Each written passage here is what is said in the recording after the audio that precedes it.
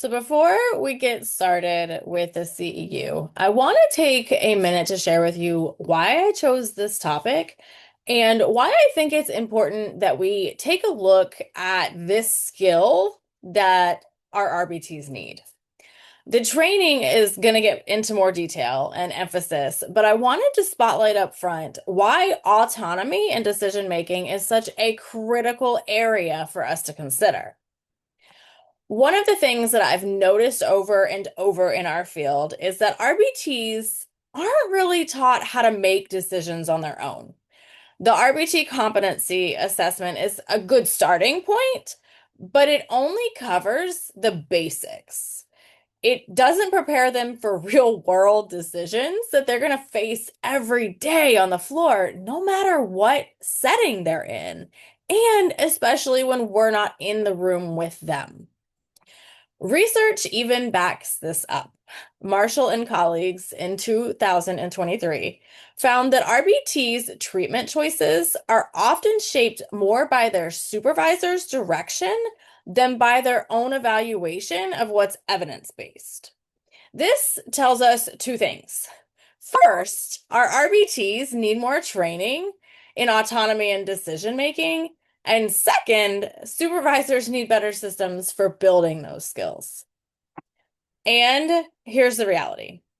When autonomy isn't trained, the burden falls back on us as the BCBA supervisor. We already wear too many hats, y'all. I know this, you know this. And supervision, unfortunately, often gets reduced to the bare minimum required either by insurance or worse, that 5% that the RBTs need to maintain their certification. That means that our RBTs are spending the majority of their time working alone without the skills to act confidently and ethically in the moment. That is a liability for us. But more importantly, it can affect client outcomes. When I created the Ascend RBT assessment system, I built it to identify the skills that really matter for strong RBT development. Autonomy and decision making consistently showed up as a weak area, again, no matter what setting that we're in. That's why this CEU was then created, to go hand in hand with that assessment. I hope that you're going to take a look at the assessment. You'll receive it as part of this training because that assessment can give you a clear picture of where your RBTs are at and what you need to target next. This course then complements it by showing you how to actively teach and strengthen that skill through your supervision. Because at the end of the day, this isn't about adding more to our plates. We simply do not have space for that. It's about building decision-ready RBTs who can act independently, advocate for evidence-based practices, and collaborate with us as true partners in treatment. So let's dive in. All right, picture this. You're in the middle of an assessment and your phone buzzes. An RBT is asking what to do when a client refuses a task. It's not urgent, but it pulls your focus. Now, by the end of the week, you've handled this same type of question more times than you could actually count. When RBTs have the skills to make appropriate in-the-moment decisions, sessions tend to run smoother, clients stay more engaged, and you, as the supervisor, have more time to focus on the work that really needs your expertise. And it's part of our ethical role. When we look at codes like 2.01, providing effective treatment, which reminds us to prioritize client outcomes, or 4.06, providing supervision and training, which calls for preparing RBTs to work effectively. Even small shifts in how we embed decision making can reduce risk and make everyone's job easier. So, in this training, we're going to take a look at some simple ways to build autonomy into everyday supervision. No extra meetings, no added workload. Just a smarter, more sustainable approach to developing confident, decision-ready RBTs. Most supervisors could probably say that one of their biggest challenges isn't clinical skill. It's the constant interruptions. Every time an RBT stops to ask you something that they could have handled, you lose time, focus, and momentum. This keeps you in firefighter mode instead of clinical leader mode. It also signals that supervision may not be fostering independent performance as intended under providing effective treatment or supervision and training. Low autonomy creates delays, inconsistent responses, and missed opportunities. And over time, these gaps can compromise minimizing risk and responsibility to the clients by reducing the timeliness and quality of the in-the-moment decision-making. Our clients, unfortunately, feel this impact long before most of us supervisors even recognize the pattern. Struggling to build autonomy, it doesn't mean that we're failing. Most supervision models focus on technical skills and overlook those decision-making competencies. So without intentional practice, RBTs remain dependent and supervisors carry more than their fair share. Now, the fix isn't more work. The fix is actually embedding autonomy building directly into your current supervision practices, aligning directly with our ethical codes like selecting and implementing interventions and performance monitoring and feedback.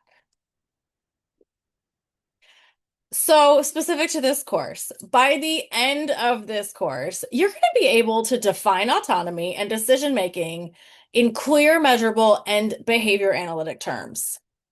You're going to be able to identify the most critical decision points in an RBT's daily responsibilities across a variety of settings. You're going to integrate decision making as a core competency into the existing supervision that you already do without adding extra work for you. You're going to design low effort tools that promote independent and ethical responses. And finally, you're going to evaluate your RBT's mastery through structured observation and set clear performance criteria to ensure that generalization and ethical compliance are in action. So why do we do this? Why does this matter? Well, we do this because when your RBTs make competent, timely decisions, everybody wins. Clients progress faster, your supervision load feels lighter, and the risk of ethical missteps actually goes down. These objectives are more than just a checklist. They are a roadmap for reducing your oversight burden, improving client outcomes, and ensuring that your RBTs act within scope and the client's best interest. This course is going to satisfy both supervision and ethics CE requirements by pairing practical strategies with direct links to the BACB ethics code so that you can feel confident that you're meeting professional standards while making your day-to-day easier. So let me start by telling you a story.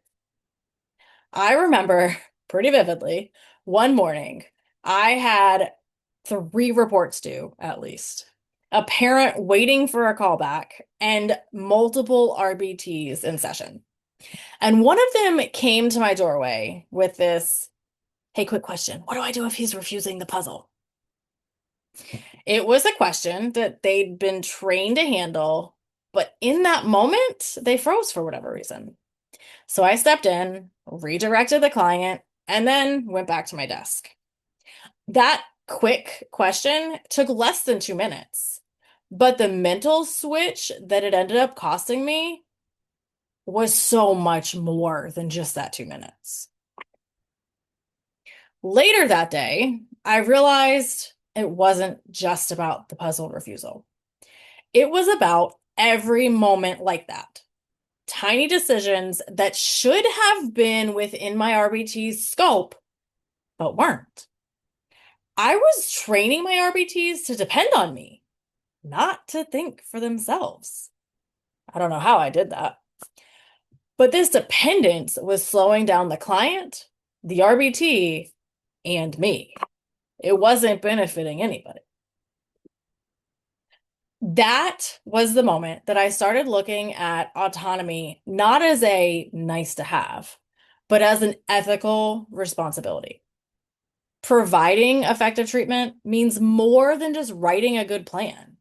It means ensuring that the people implementing this plan can make sound in-scope decisions in real time to bring that treatment plan to life effectively. And supervision and training means building that capacity on purpose, not by accident. This experience, it changed how I approached supervision. I realized that autonomy doesn't just happen on its own. It's built through intentional, everyday practices. This wasn't about adding more to my plate either. It was a mental shift. It was about shifting how I supervised. By defining autonomy and integrating it into existing supervision, using simple tools, and then looking closer to verify the mastery, I began building RBTs who could think and act independently. And this is exactly what we're going to cover today, step by step, so that you can replicate it without adding hours to your already busy enough week. So, hi, everybody. I am Christy Wilson. With over a decade of supervision experience, I have seen firsthand how constant oversight drains supervisors and slows client progress. This was the foundation of the creation of my Ascend RBT assessment system, which was really aimed to make RBT training and supervision both effective and efficient. Autonomy and decision-making is just one of Ascend's 10 core topics, and it's one that I believe has the power to transform supervision from firefighting to true leadership. So this course is broken into clear practical sections. We're going to move from defining autonomy into embedding it in your current supervision practices, then to tools and strategies that make it stick. So you're going to see some real life examples, hear about how our BACB ethics code connects to each of the steps of our framework, and leave with a framework that you can start using right away. We are going to split our CEUs between supervision and ethics. So you're going to get to earn CEUs in both categories. And we're going to alternate between concepts, examples, and practical application so that you stay engaged and can visualize exactly how to use this in your own everyday work. So you've been shared a companion workbook with key takeaways, reflection prompts, and space to adapt the strategies to your own cases. This way, you can refer back to this workbook long after today and even integrate it into your supervision documentation. As we move through our training, I'm going to give you space to put this resource to work in real life. So be prepared. You're going to get up close and personal with the practical application and transformation of the things that we're going to talk about today. And this workbook is going to give you the space to practice that. We're going to get you on track to transformation while you learn.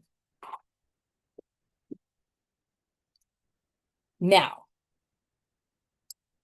we know how this course is going to be set up and what you're going to gain. So let's look at why autonomy is so crucial. We're not just talking about making life easier for you as a supervisor, although that does end up being a big benefit. Low autonomy in our RBTs impacts treatment integrity, client outcomes, and your ethical responsibility as a BCBA. So in the next section, we're first going to break down exactly how these issues show up and why they're worth fixing now and not later. If you think about it, when RBTs pause midsection for small in-scope questions, the flow of the teaching breaks, right? It breaks with our client, it breaks with their teaching frame of mind. Reinforcement windows close, prompting opportunities vanish, and that really leaves the space for clients to disengage. It may seem like a split second, but we know that that's just enough time for our clients to disengage. In these moments, we risk falling short of providing effective treatment and minimizing risk because quick, competent action is part of protecting our progress. Even a few seconds hesitation may seem minor, but across sessions, across weeks, these delays multiply into measurable skill acquisition slowdowns. Inconsistent responses or skipped steps can drift from the plan outlined in selecting and implementing interventions and create gaps in our data collection, both of which are really critical to maintaining treatment integrity, right? Low autonomy doesn't stay contained to just the RBT and BCBA relationship either. It impacts team confidence, data accuracy, and trust with our families. And this is exactly the opposite of collaborating effectively and upholding responsibility to clients, both of which depend on everyone's acting consistently and in the client's best interest, right? And every quick check-in chips away at our focus as a supervisor. Over time, our mental energy runs low, which makes it harder to provide high-quality feedback and manage our caseload within the supervisory volume. This erosion of capacity, it undermines performance monitoring and feedback, trapping us as supervisors in a cycle of reactivity and burnout. So if this problem is as costly as we identify it to be, costly in time, progress, and even ethical compliance, why is it showing up to be so common? Well, the truth is it's not because as supervisors that we aren't skilled enough or don't care enough. It's because most of us were never given a clear model for building RBT autonomy. So let's take a look now at why this gap exists and why it's not your fault. All right, let's go right to our workbook first. In this first prompt, I want you to take the time to estimate how much of your supervision time just last week, up close, was spent answering questions that your RBTs could have resolved on their own. If all the demands that you had in just last week, how much of it did you spend answering RBTs questions thinking, OMG, they could have done that on their own? Take a chance to reflect and then come on back as we continue to move forward. Okay. So most supervision models were built to check boxes on technical competencies, right? They don't include structured steps for teaching decision-making, which is why oftentimes autonomy gets left behind. This gap in competency and comprehension isn't a reflection of your skill as a supervisor. It's a flaw in how the system was designed in general and where we put focus on in our training. So we can also assume that decision-making will develop naturally once the RBT knows the procedures. But without intentional practice, they hesitate or second guess themselves a lot of times, which slows the session. It affects your data collection, and it can keep us all from fully meeting our responsibility to the clients because we're so stuck in what do I do? How do I do it? I'm not doing it well enough. Plus, your day is already filled with planning, data review, family communication, documentation, all the things. Adding a whole separate decision-making curriculum to support your RBTs with this skill, it's not realistic. You can't take one more thing onto your plate, nor is it necessary, thankfully. The solution here is to integrate autonomy into what you're already doing, which is going to align you with that ethical code of providing effective treatment and supervision and training without increasing your workload. That sounds nice, right? Once you see the autonomy gap isn't about your ability, it's going to become easier to see what's really in the way also. So there's some specific barriers that are inside and outside of your control that keep our RBTs from stepping into confident decision making. When we can name these barriers, that's when we have the power to start dismantling them. So let's go back to that workbook. I want you to take a moment to write down one factor present in your current supervision structure that makes it hard to teach autonomy. And then I want you to take an even deeper look to note whether it's due to time, whether it's due to resources, or maybe a system design flaw that is creating this current barrier to teaching autonomy in your RBT supervision. Take a minute to reflect on that, write it down in your workbook, and then come on back so that we can keep moving forward. Okay. Haven't we all been here? Look at this picture. Makes you feel the crazy of all the demands with never enough time to finish them in, right? Supervisors are often buried under administrative requirements, like our treatment planning, insurance notes, progress notes, and then review them all. Look at the data. When most of your time is spent meeting deadlines, it's harder to create real-time learning moments for our RBTs. This imbalance can pull focus from performance monitoring and feedback and limit the opportunities for guided decision-making.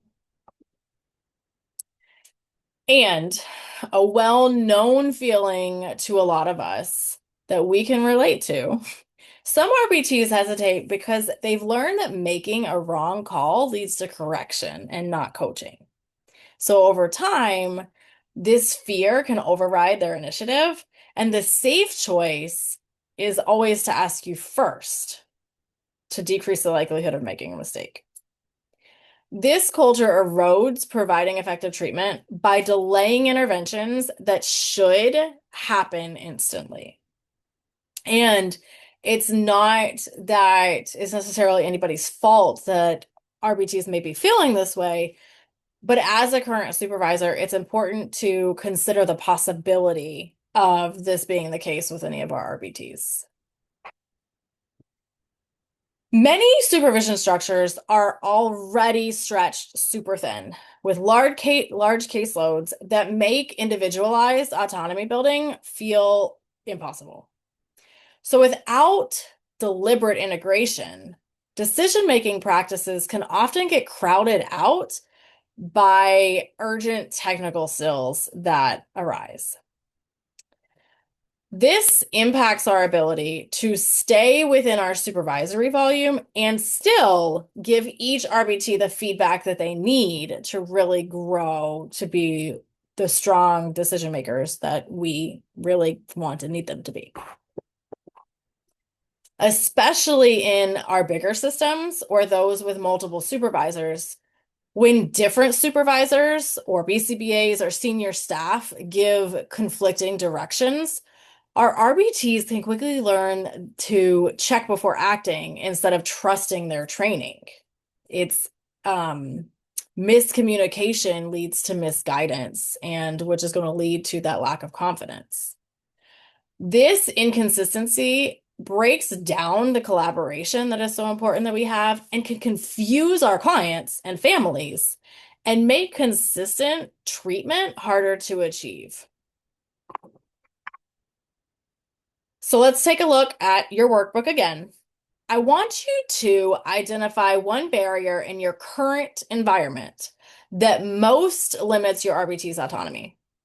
And take a moment to reflect and write how it shows up in your daily supervision practices. Take a moment to think about this and then come on back so we can keep moving forward.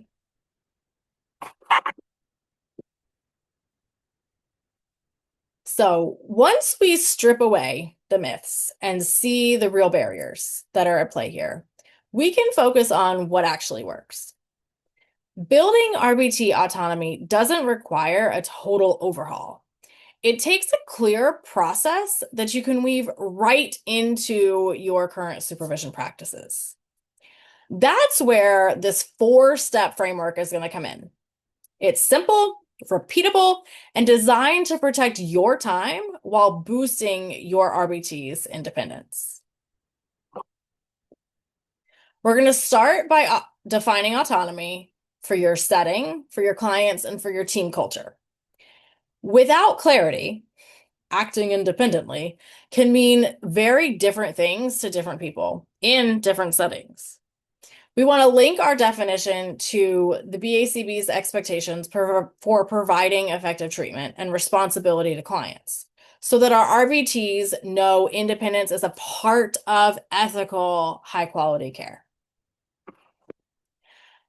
Decision-making skills grow fastest when they're taught in the same context that they'll be used.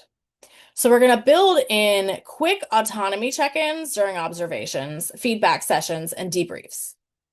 This is going to keep us aligned with supervision and training while minimizing extra time demands. Use real client scenarios so that your RBTs can connect their choices directly with the plan that you've designed under selecting and implementing interventions. So we want this learning to be hands-on and practical in the moment of what you are going to be running in the natural environment. Take a moment before we move on to our next steps to go to your workbook and list one in-session opportunity this week where you could have had the RBT make the call instead of you in any action, any fork in the road of decision-making that was present in that session. See if you can think of one where your RBT could have made that decision instead of depending on you. Jot that down, reflect on it a little bit, and then let's come back and finish up the review of the last 2 steps in this framework before we move in to learning more about them. Okay. Provide simple decision-making aids. Kind of like a quick reference flow chart or an if-then card, something to help your RBTs act confidently in the moment. This is our next step. We want to pair these tools with data collection and performance monitoring feedbacks so that you're not just hoping that autonomy is developing, but you're verifying it with evidence over time. So that over time, you can fade the tools as the RBTs internalize the process and begin to build skill mastery with it. Our final step is going to be watching for and documenting autonomous actions in real sessions. This is going to confirm that you've met your obligation under continual evaluation and evaluating effects of supervision. The goal isn't perfection here. It's consistent in-scope decision-making that protects client progress and reduces your need for constant oversight. So let's take a look at these more in depth, but not before we go back to our workbook and reflect. I want you to think about that RBT or any of them that come up for you. What is one skill that they already do independently? and one skill that you would like to see develop next. Jot that down, and then let's jump into our first step. All right, autonomy. Autonomy isn't just working without a BCBA. It's timely, in scope, data-driven actions that align with the behavior plan you've written and protect client dignity and support the outcomes that you're looking for. We want to make sure that our definition is observable and measurable. For example, RBT initiates prompting hierarchy within 3 seconds of learner hesitation without BCBAQ. Why? Why would we want to define autonomy clearly? Well, because if autonomy isn't defined, it can't be taught or reinforced. Research shows us that operational definitions reduce staff ambiguity and increase independence. And this connects directly to 2.01, providing effective treatment, and 2.08, communicating about services, which we are ethically obligated to ensure that staff know exactly what they are doing, what behavior they're working on. So as supervisors, we often assume that we know where autonomy matters, but autonomy gaps usually appear at predictable decision points. We want to watch for moments where our RBTs pause, where they ask for help, or where they look uncertain. These are going to be our targets. So we want to categorize our targets into teaching, behavior management, and logistics. For example, teaching might be looking at prompt fading or reinforcement. Behavior management might be looking at those low or high intensity problem behaviors that we're targeting. And when we think logistics, we want to look at transitions or session closure. We want to build a decision point inventory and start with the high frequency, high impact moments. Remember that the research also tells us in situ practice around decision points leads to stronger generalization, which is going to align us with our codes 2.14 intervention design and 2.19 addressing service barriers, where you're going to be identifying and training in the very contexts where autonomy needs to happen. If we don't say what good looks like or that desired behavior, the replacement behavior we want to see, our RBTs won't know when they're meeting the mark, right? So we want to use antecedent, decision, action, and outcome chains to define it. For example, our antecedent, client resists task. Our decision that our RBT has to make. Offer 2 choice variations. Action, implement this strategy. And outcome, our client completed the task with minimal distress. So this chain that we're seeing, we want to train it through behavioral research. So present a scenario, have the RBT verbalize the decision chain, and then give some feedback. Create yourself a rubric. Use the one that's provided or find one. A, consistent with plan. B, implemented within 5 seconds. C, resolve the situation. We want to look at how we're going to provide that feedback to the RBT on the training that we're providing in this first step of first, how did we define autonomy? How do we know that we're seeing it? And how are we providing feedback when we are or are not seeing it?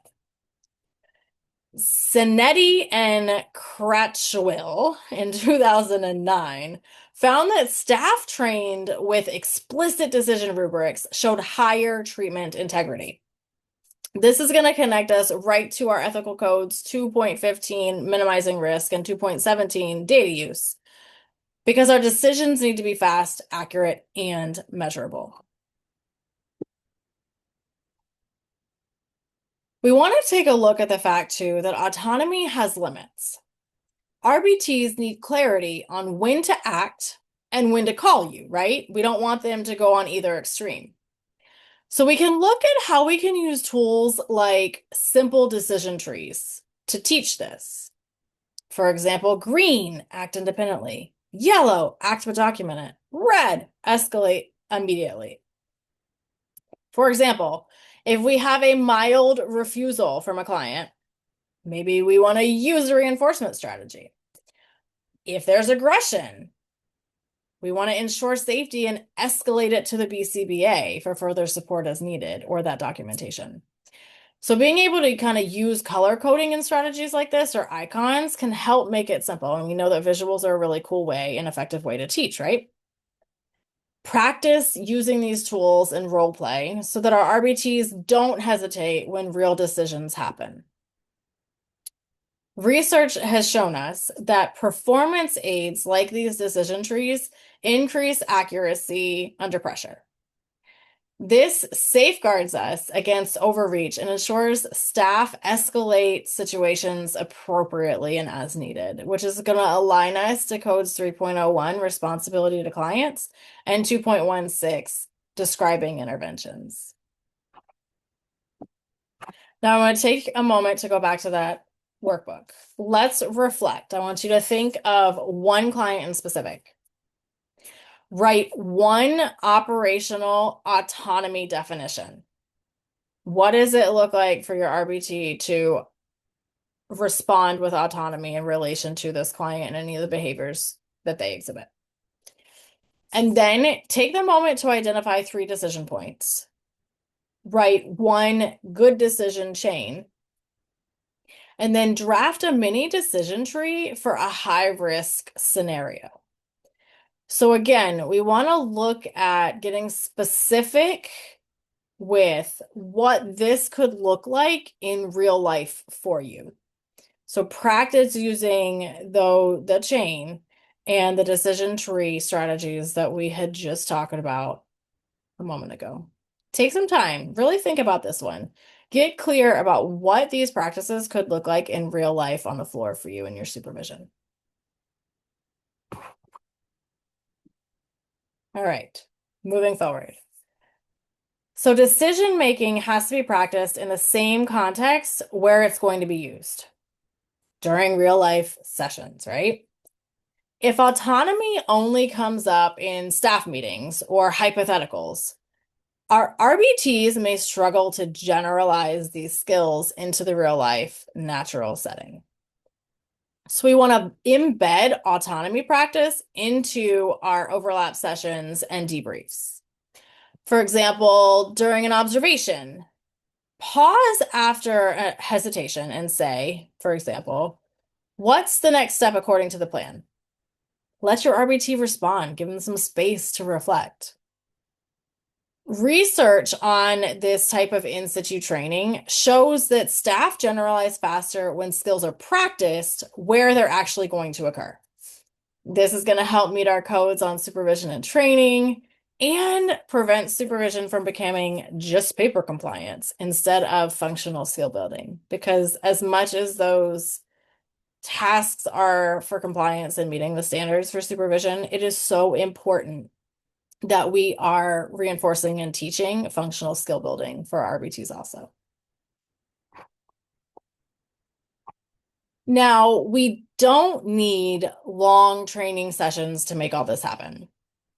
You could, in a given supervision session, run a quick 3 to 5 minute BST burst, tracking responses on a quick tally sheet where they correct, prompted, incorrect.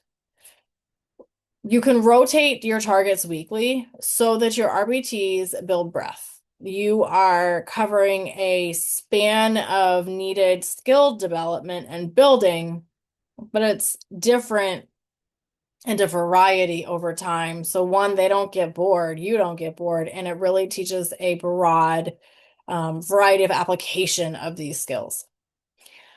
Parsons and Reed in 2012 found that BST, even when delivered briefly, produced significant improvements in staff competence. This is going to directly support our codes on performance monitoring and feedback and evaluating supervision to see if it's effective. In these moments when you're working with your RBT during supervision, instead of jumping in with the answer, prompt your RBT to verbalize their reasoning. Given X, I chose Y because the plan says Z. Praise specific decision components. For example, I like that you linked your choice to the plan. This connection is going to create a feedback loop where decisions are tied back to written interventions. So we're thinking about really bringing that treatment plan and our intervention plan to life and what it looks like in the real life. It can look great on paper. Beautiful. But we know that that's not always how it looks when we take it to the floor.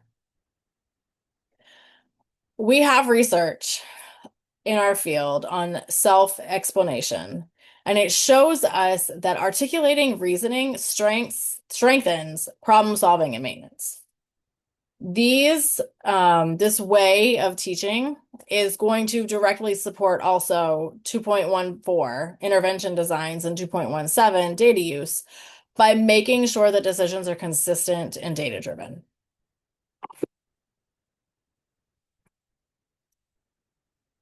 Within our supervisions, again, one strategy that you can try is to plan 2 short decision drills per week, for example, for your RBT.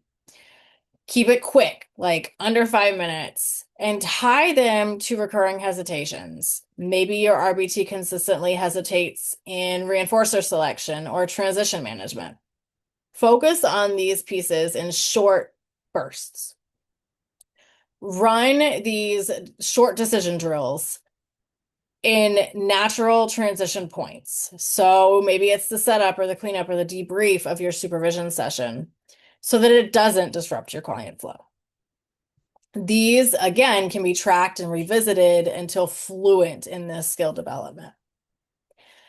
Binder in 1996 showed us that distributed brief practice leads to higher fluency without additional burden. This approach aligns with timeliness and supervisory volume. You're embedding autonomy building without overloading supervision. So let's go back to that workbook again and practice some transformational skill development. Identify one decision point that your RBT often hesitates. This can be the same RBT we've been thinking about throughout our workbook or somebody new. Who are you thinking about when you think about this training and the content? I want you to write a micro BST script. So what's your instruction? What's your model? What's your rehearse? What's your feedback?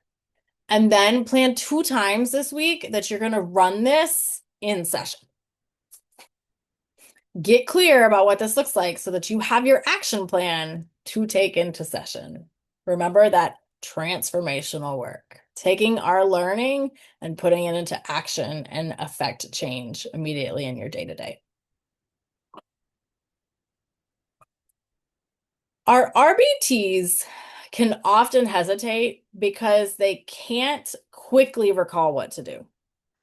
Remember, we've been studying ABA for a long time. They probably, some may, but the majority of our RBTs don't have as much experience in the field as we tend to, or studying the science as we do, as we've gone through our programs and our certification.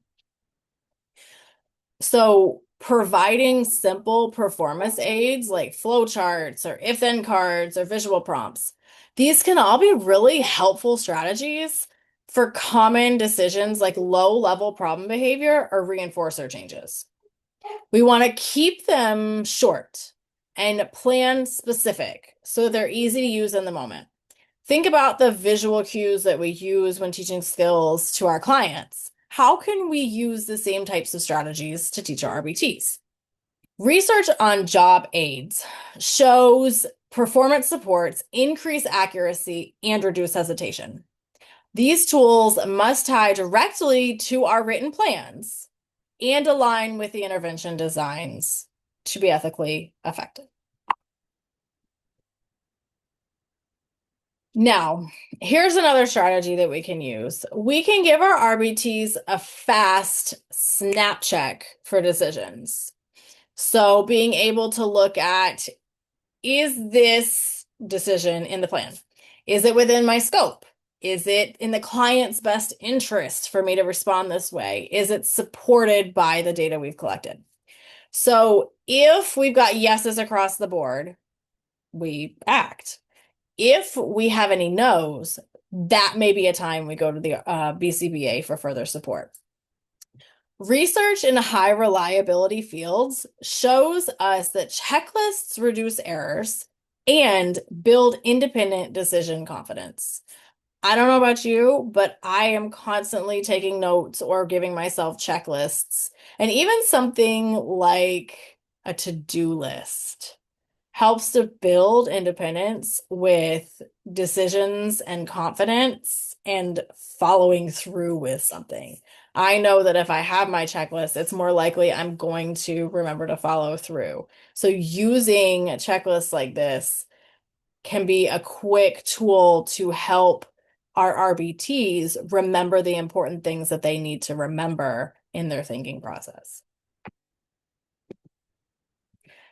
Have your RBTs jot down one-line notes, maybe context, decision, outcome. For example, if we have a transition refusal, we're going to offer a break choice and have a successful transition, or we're more likely to have a successful transition. Having these logs or this visual for themselves, it doesn't add much time, but it can provide rich data for the supervision. Review these with them and reinforce the correct patterns to catch the drift early if there is any. So for example, if they have that transition refusal and they're not offering that break choice, catch it early to prompt and remind them to use that break choice, which will increase the likelihood of that successful transition. Even minimal self-reporting can increase the accountability and accuracy. So being able to utilize this type of visual to have the RBT self-check on themselves when they had this transition refusal, did they often offer that break choice? Decision logs, when we think about training in this way, it can also align with 4.08 performance monitoring and feedback and ensure that autonomy development is evidence-based.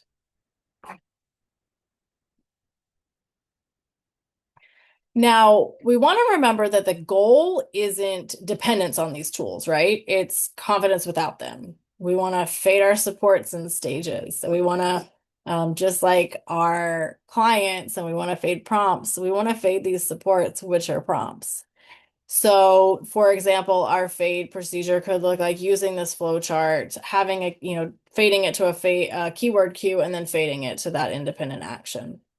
So with that same idea of training, we want to probe, their skill development across multiple contexts. If they're, homeschool and clinic or community home and clinic, whatever the settings are that they're working in.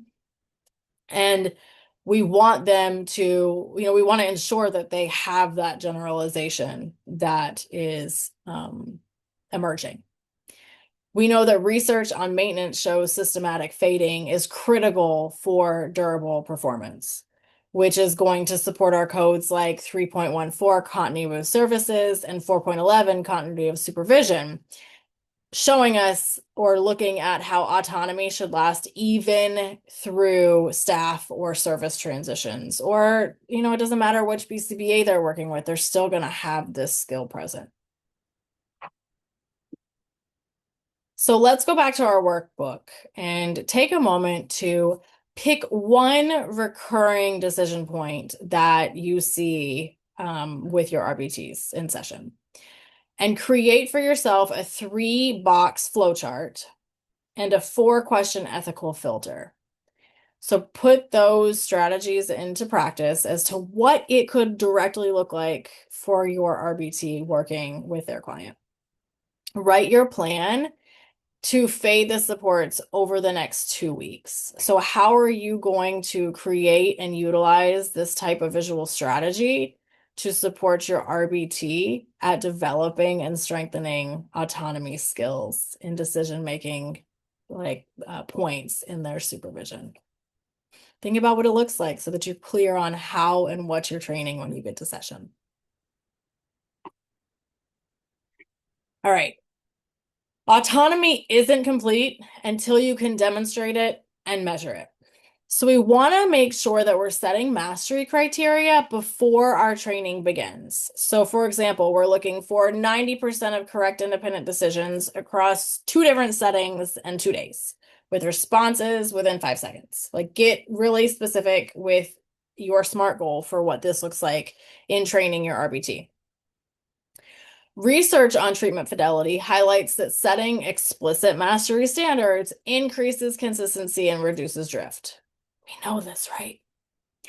This is going to specifically align with codes like 2.18, continual evaluation of interventions, or 4.10, evaluating supervision. We are ethically required to confirm and document the competence of our RBTs. Now, don't wait for autonomy to just happen. Schedule your probe opportunities during real sessions, both the routine and challenging moments, and observe whether your RBTs are responding independently, responding within scope, and consistently with the plan. Parsons and Reed, in their 1995 research, demonstrated that structured competency-based assessments improve long-term staff performance. And this is going to directly align with codes like 2.15, minimizing risk, and 2.02, timeliness. Because you are testing skills before they are needed in high-stakes situations. Share the outcomes of your autonomy probes with your teams in clear, understandable language. Most importantly, being able to look at how you're working with your RBT authentically and transparently on these skills. So being able to reflect back to your RBT that they independently managed 8 out of 10 transitions this week without needing BCBA input. This is going to build trust and accountability in the work with your RBT specifically.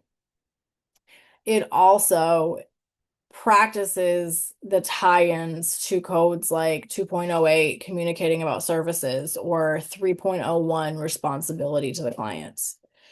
If autonomy goals can't be met due to caseload or capacity, we want to be able to, we want to be triggered to revisit codes like 3.03, accepting clients, when we can't ethically promise services that can't sustain. It's important feedback to us as supervisors to make sure that we're in ethical alliance with being able to provide the level of training needed for our RBTs to develop these skills.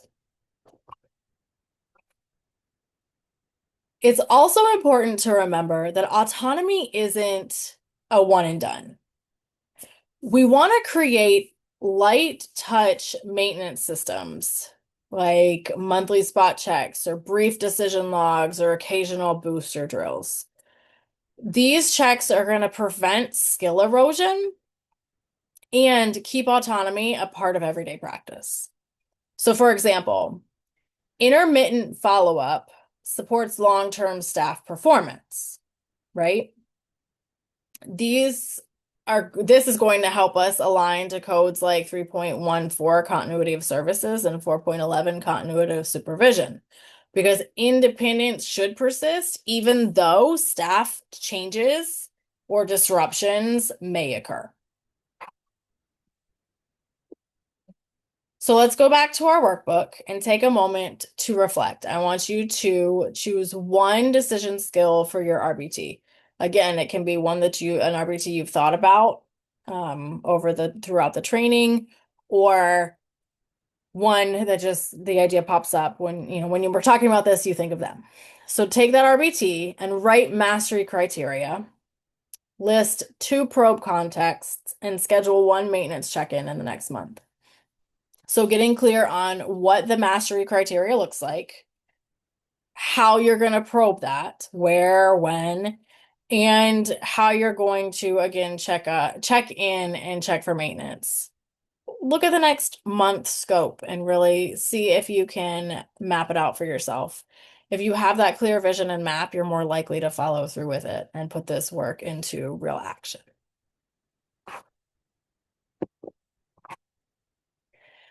So now we've walked through each step of our 4-step framework individually. We defined autonomy. We talked about how to embed it into your supervision practice, how to support it with tools, and then how to confirm the skill development through output. But we know that real supervision doesn't happen in a neat box. It's messy, it's fluid, it's ongoing. So let's look at how these pieces actually fit together as one system. Think of the 4 steps as a cycle, not a checklist. You define autonomy for the RBT's current level, you embed the opportunities into everyday supervision, you give tools to support their growth, and you confirm their independence. And then you loop back and keep doing it. Once an RBT masters one area, autonomy shifts to the next. And over time, this cycle becomes your supervision style. It's not something extra you have to do, it becomes how you operate. And here's the win-win. This cycle doesn't just lighten your load, it keeps you squarely aligned with our ethics code. You're embedding effective treatment, supervision and training, performance monitoring and feedback, and evaluating supervision into your daily practice. Instead of putting out fires, you're building a structure where RBTs think and act independently. Clients progress steadily, and you stay in the role of a leader, not a firefighter. Now, it's one thing to hear these steps in theory. It's another to see how they play out in real supervision. So let me tell you a story of what this looks like in practice. How one RBT that I worked with went from dependent to decision ready. But first, I want you to go to the workbook and sketch out your own autonomy cycle for one of your RBTs.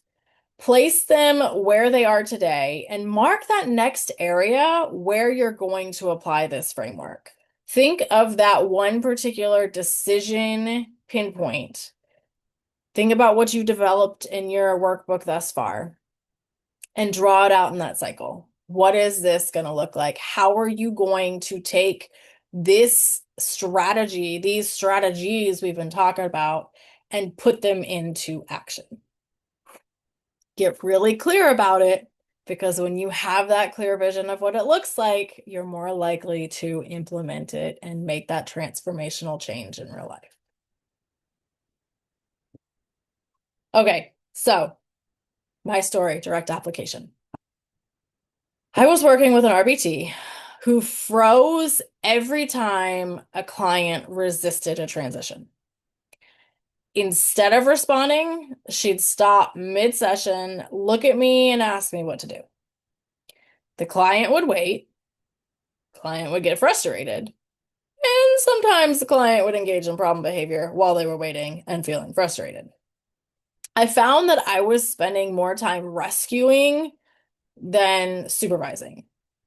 So I took a practice at how to apply this type of a framework to that supervision practice. We took a look at clarifying what her responsibility was to independently initiate the transition strategy in the behavior treatment plan that was developed.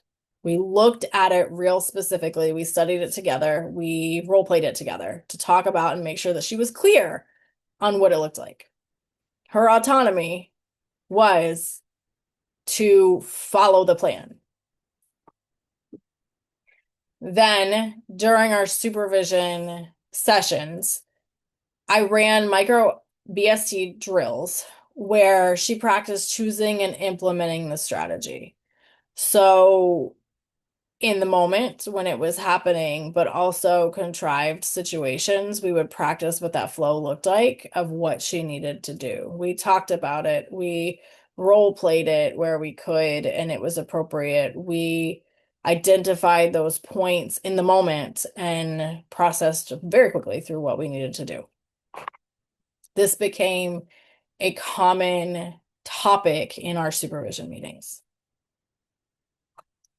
We also built a decision map that looked at different options of what could happen for transitions. So she had that quick reference. The clipboard that she was collecting data on, we pinned it right to it so that it was an available visual when she needed it. So our decision map had, red, yellow, and green options and pathways for transitions, recognizing when, putting that visual prompt to what to do in that transition if she had a freeze moment, and at what point it was needed to just kind of jot notes of how the client responded to it versus call me in for help or text me because she needed more support. Then, as we did all of this practice work, mind you, as we could in the context of what the session looked like, there was, texting back and forth, there was emailing back and forth, there was different communications that we worked on just constantly to help develop these skills for her. In session as things were happening, we took that quick probe data. And when she hit 90% across all the settings that we were seeing the client in, it was a really exciting time to reflect on. That was one of those times to really reflect with the RBT on the skills that they have developed and make it exciting, because you're showing them that all of the work that they've been doing too was important and was important to you, because you're kind of throwing that big party about it when you start to see that skill that you've been training. And I noticed with her, within weeks, like it didn't take that long, she was confidently managing these transitions. And as a result, the client's behaviors were decreasing. And less and less, she was stopping to look to me to answer when, to problem solve this for her when these situations were occurring. That one change in the context of our supervision work and in this client's treatment had a domino effect. The client naturally gained more instructional time. The RBT naturally felt more competent. And I and my supervision had more mental space to focus on some bigger picture work, both for the client and for her development and within my caseload. I didn't have to shift so much either from, focusing on data review to firefighting and then trying to remember what I was doing in that moment that I had to step away from. The family actually noticed the smoother flow of session in our home sessions, and autonomy in one area that showed me that her developing this autonomy in the one area built momentum for other areas too. It was a way of helping build her confidence that she could do what she needed, strengthening that skill development and really coming to understand and learn those behavioral strategies, or those, the pieces of our RBT competency assessment that we test for, really taking it that next level of using it in the moment, and confidently so, comfortably so. So, this shows the real power of a framework like this. It doesn't just solve one problem, it creates a whole cultural shift. So that was just one story of how the framework played out. But I don't want this to feel like a one-off success story. It's a repeatable system. So let's take a quick moment to recap the steps and look further at making them your own. So here's the roadmap, plain and simple. Define autonomy and context, embed it into everyday session, use tools to strengthen mastery, and output to confirm independence. So every case, every RBT, every context, you can cycle through these same steps. They keep you ethical, they keep things efficient, and focused on building decision-ready RBTs. So this leads us to the next thought. How do you actually start without feeling like you need to overhaul everything? You've been practicing some of this in theory through the workbook prompts that we've had. Now let's talk about what your next steps look like in practice. You don't need to roll this out across your whole entire caseload tomorrow. I would never ask that of anybody. That sounds overwhelming, right? So start small. Pick one RBT, pick one decision point, and apply the framework there. Take what you've been working on in your workbook and put it into real life action. Build that quick decision tree, run those micro BST drills, and probe for the output. That's it. When you see success, expand it.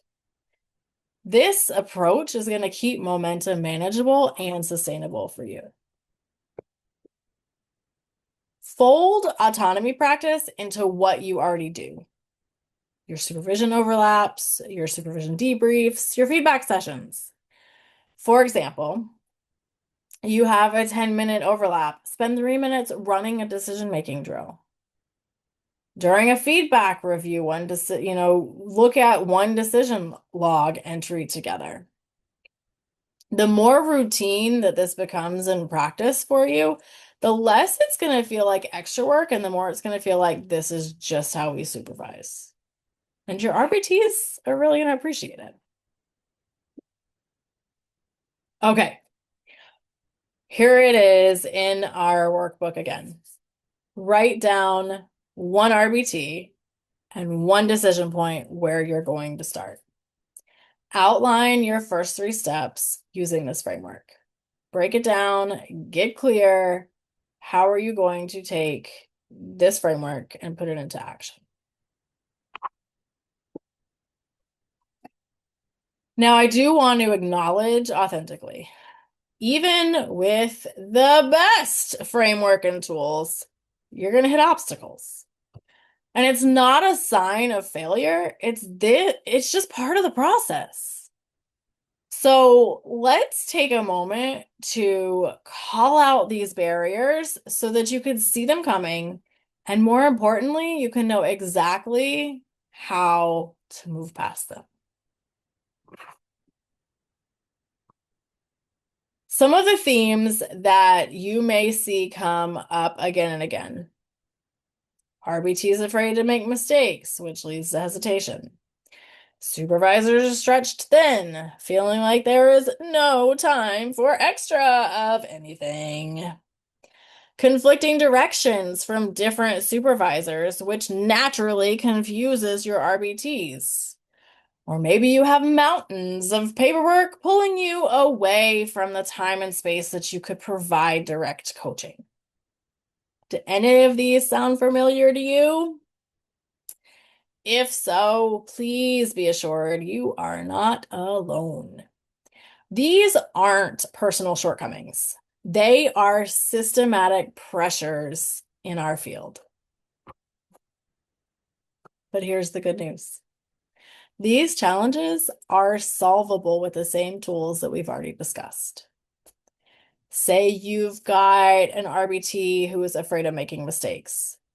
Use an ethical filter so the RBTs know when it's safe to act. Use those strategies of here are the questions I ask myself before I move forward. You don't have enough time. How often do all of us say that? Run your micro BST drills during your supervision overlaps instead of adding separate meetings to anybody's calendar. If you've got mixed messages coming in from multiple supervisors working with your RBT, work together to align your decision trees across your supervisors to create consistency. That type of a barrier fully falls on us as the supervisors to support our RBTs collaboratively together. And if you've got that excuse, like we all do, of paperwork overload, use a tool like the decision logs as both training and documentation. You check two boxes at once to train and write it down. It's documentation. Now, each of these considerations keeps you aligned with performance monitoring and continuity of services while protecting your time. You're still in alignment with the ethics code while not taking on too much extra space. Sometimes our barrier isn't external, though. It's internal. It's not knowing where to go when we, as the supervisor, need support. So, how do we build a system where our questions don't sit unanswered? We know that supervision can feel isolating, especially when you might be the only BCBA at a site. But our ethics code continues to remind us that collaboration is a part of our responsibility. So lean on the peers that you have. Swap decision trees, share micro BST scripts, or discuss ethical gray areas together. Find yourself a colleague in the field. Find a mentor in the field. Find a Facebook group or someone out there. There's plenty of social media groups that can bring BCBAs together from afar. Peer collaboration is not just going to lighten your load, it's going to model problem-solving strategies for your RBTs.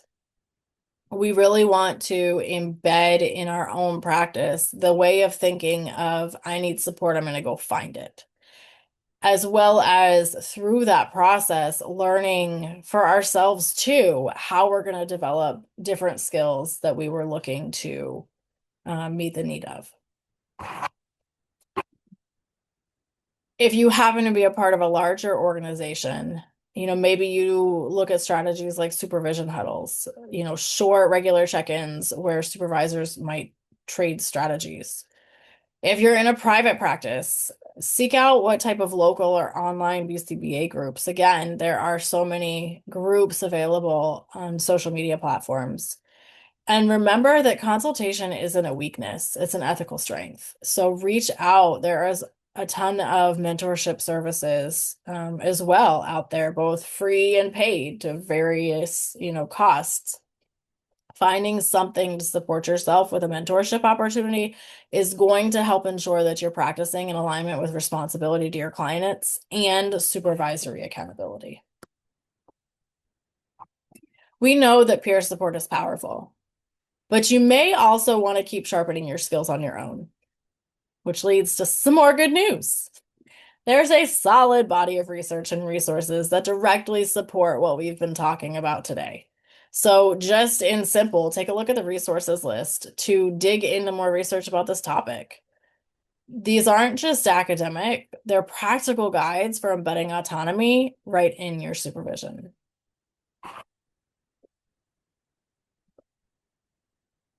So I want to close now by tying all of this together. What are the key takeaways from building decision-ready RBTs? Decision-ready RBTs don't just make your job easier. They make client outcomes better. They reduce ethical risks and elevate the professionalism of your whole team. By embedding autonomy into supervision, you're moving from reactive to proactive, from that firefighter to that leader. You're shaping staff who can think, act, and support clients with confidence and dignity. Don't underestimate how important that is. I want to thank you for taking the time to invest in this work. Your next steps are going to be to complete the post-test and evaluation to receive the CEUs that you will receive for completing this course. I encourage you to use your workbook this week. Pick one RBT, one decision point, and try the framework. The sooner that you apply it, the sooner that you're going to see the relief of having decision-ready RBTs by your side.